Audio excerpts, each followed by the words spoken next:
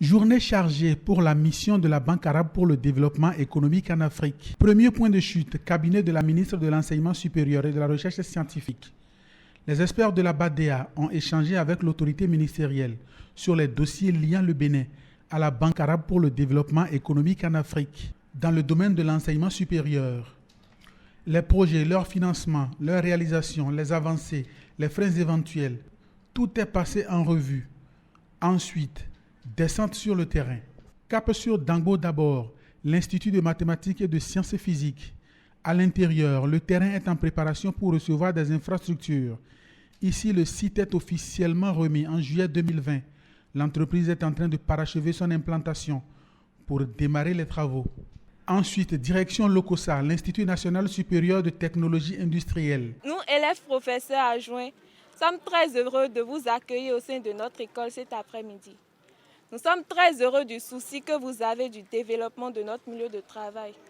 Nous remercions le directeur de la banque et nous promettons de faire mieux pour notre scolarité. Ici, des murs sont déjà sortis de terre. Des murs d'un bloc administratif, d'une bibliothèque et de 6 ateliers. Les allées entre les bâtiments attendent leurs pavés. Ici, malgré le mauvais temps et la pandémie à Covid-19 qui tendent à ralentir les élans, on maintient le cap. Mon impression générale, c'est que les travaux ici à Lokossa, ils ont un stade quand même avancé parce que toutes les superstructures sont sorties du sol.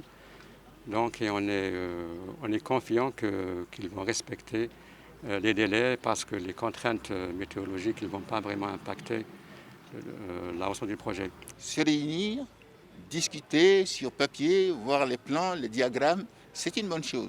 Mais confronter toutes les données théoriques avec la réalité, ça n'est une autre. C'est là que vous voyez réellement quels sont les problèmes qui se posent. Le rôle de la mission, c'est de venir constater, mais prodiguer également des recommandations et des conseils.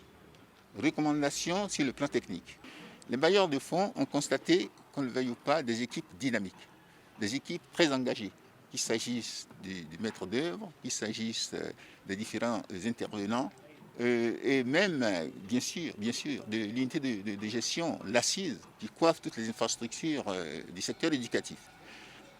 L'engagement de tous ces intervenants est un élément fort d'appréciation au niveau des bailleurs de fonds. Séance tenante déjà, nous avons demandé que certains rapports spécifiques soient produits sur des thèmes précis et envoyés rapidement au siège à Khartoum, ce qui permettra d'avoir tout de suite un feedback de la part des autorités de la BADEA en termes de résolution de ces problèmes.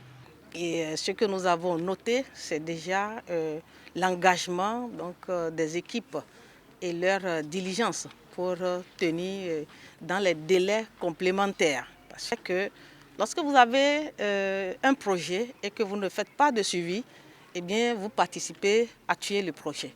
Ce qui n'est pas la vision de son Excellence le chef de l'État et qui met au cœur de cette stratégie le suivi. Et tout ce qui est technique au niveau de l'enseignement, du système éducatif, occupe une place de choix. Lorsque vous regardez le tissu éducatif, de plus en plus, c'est d'inverser la tendance et d'aller à l'enseignement technique. L'éducation.